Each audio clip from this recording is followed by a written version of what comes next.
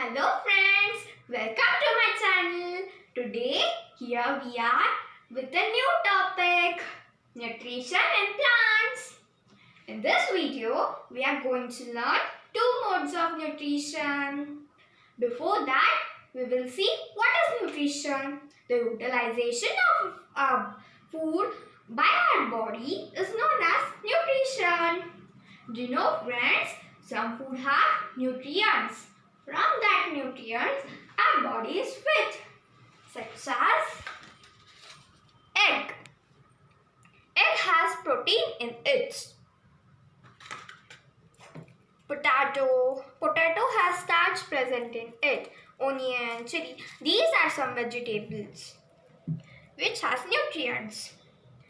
Some dry fruits, badam, dry grapes, and apple. Now we are going to learn about first autotrophic. Auto means self and trophic means nutrition. Autotrophic is a mode in which the organism makes the food. They are not dependent on other organisms such as green plants. In autotrophic there are two categories, photoautotrophic and chemoautotrophic. Photoautotrophic.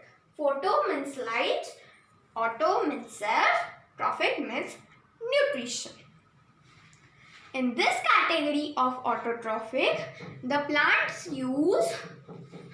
organism use light for making the food, such as green plants. Green plants use sunlight for making the food.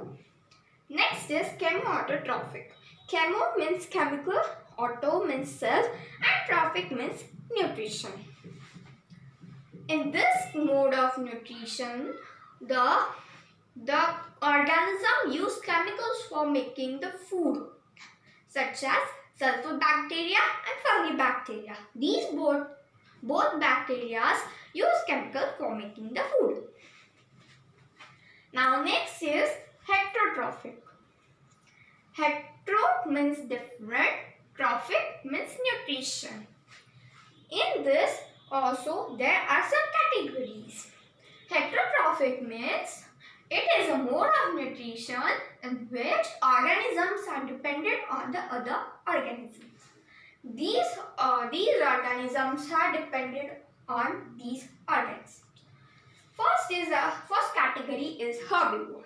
Herbivorous are those animals who eat the grass, such as hen, rabbits, lamb, and elephants. These all animals eat grass. Hen eats the grains which is produced by the plants. Now next is carnivorous. Carnivorous are those animals who eat the flesh of the herbivorous animals, such as cheetah. More examples are tiger, leopard, and lion, and etc. Next is omnivorous. Omnivorous animals are those animals who eat both flesh also and plants also, such as bear. More examples are human beings and crow. Human beings eats the chicken and the plants. Indirectly or directly, everyone has intake the plant only. Now when we eat chicken, that hen has eaten the grain. Grains means some rice or wheat. When that hen eat that grain is produced by what? Plants. So indirectly, human has eaten a plant. Next is dentivorous. These animals feed on dead and decaying organic matter, such as earthworm and hyena. Next is sanguivorous. Sanguivorous are the animals who feed on the blood of the human, such as female mosquito, leech and vampire bats. Next is frugivorous. Frugivorous are those animals who feed on the fruit, such as parrots.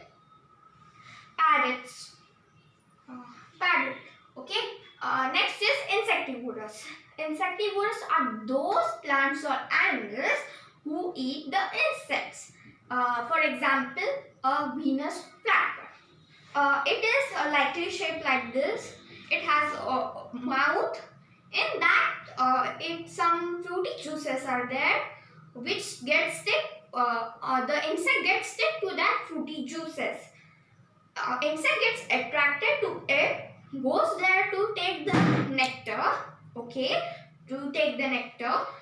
When the insects sit on it for taking the nectar, it gets stick and the mouth of that Venus flytrap gets closed. After closing, that Venus flytraps take all the nutrients and essential components from that insect. That the plant is needed for the nutrition. Next example is a pitcher plant. A pitcher plant is in a container and has a lid like. When the insects goes in that container like plant, it gets stick to. There are some juices in it. To that juices the insect gets stick and the lids get closed. And that plant also takes all the essential components and the nutrients from the insect. Now the insect is dying. Some animals such as sparrow also eat the insects. Next we are going to learn now the modes of feeding. So now I am going to rub the board. We are going to see mode of feeding. First mode is holozonic. In holozonic mode, the organisms are digesting food, the nutrients and all that they take it, utilize it, and the roughage that which is remaining, which is not useful, is thrown out, such as humans. Examples are humans. Next is saprotrophic. Saprotrophic are the organisms who feed on the dead and decaying organic matter, such as mushrooms. Next is parasitic. Parasitic are the plants in which they are fully dependent on the other organism, such as Cuscuta plant. It has a tube. If we think that this plant is making very tasty food, it takes its tube and attach to the stem of the plant. So through stem only all the parts are getting the food. So it attaches that tubes to the stem and takes all the food away and make the host plant very weak. But it did not let the host plant to die. Next is symbiotic association or the relationship.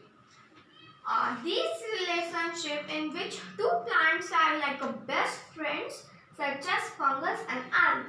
Suppose this is algae and this is fungus. Okay, this fungus gives water and minerals to this plant algae. Algae is in green color and fungus is in white color. So fungus cannot make the food.